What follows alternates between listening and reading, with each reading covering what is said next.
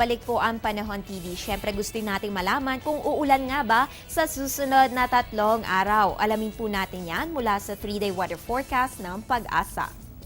Simulan po natin dito sa Baguio City. Magdala po tayo ng payong at jacket dahil makakaranas po tayo ng mahihinang pag-uulan bukas at rain showers naman sa Wednesday as Thursday. Ang temperatura maglalaro sa pagitan ng 12 to 23 degrees Celsius. Dito naman sa Metro Manila, makakaranas rin po tayo ng rain showers sa susunod na 3 araw kaya huwag kalilimutang magdala ng payong.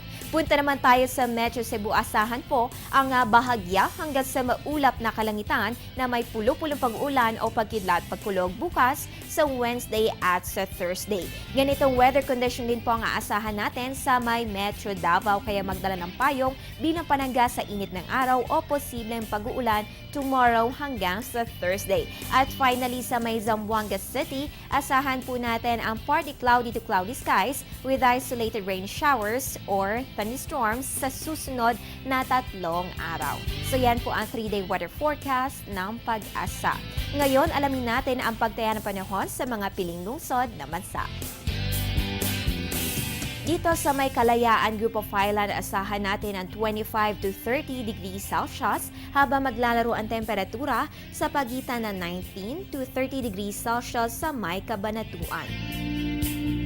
Dito naman sa may Dipolog, asahan natin ang 23 to 30 degrees Celsius habang 21 to 31 degrees Celsius sa may Kidapawan. Check naman natin ang pagtaya ng panahon sa mga tourist areas ng Pilipinas. Nangunguna po dyan ang Anilao na may 24 to 30 degrees Celsius habang ang Banawe napakalamig po dyan na may 11 to 23 degrees Celsius.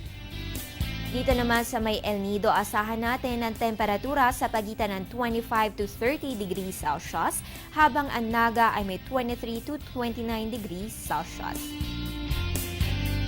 Ngayon, i-check naman natin ang extreme soft temperature na nai-record ng Pag-asa.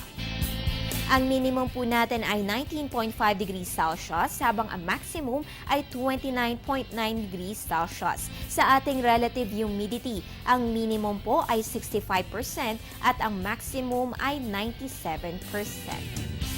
Ngayon, i-check naman po natin ang pagtaya ng panahon sa mga syudad na kabilang sa Southeast Asian nations.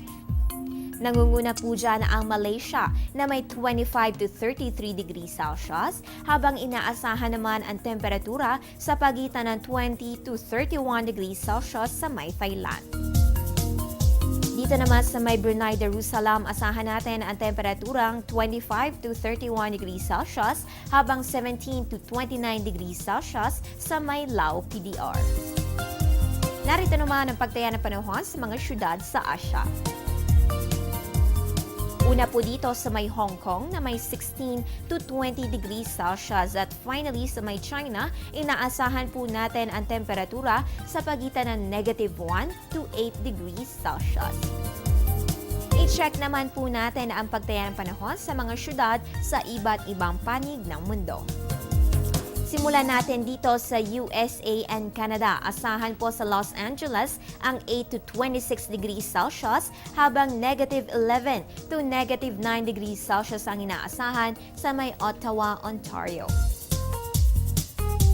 Dito po sa may Dubai, 18 to 28 degrees Celsius at 7 to 20 degrees Celsius sa may New Delhi. Punta naman tayo sa may Europe. Ang Rome po ay may 2 to 14 degrees Celsius habang 0 to 4 degrees Celsius ang inaasahan sa may Berlin.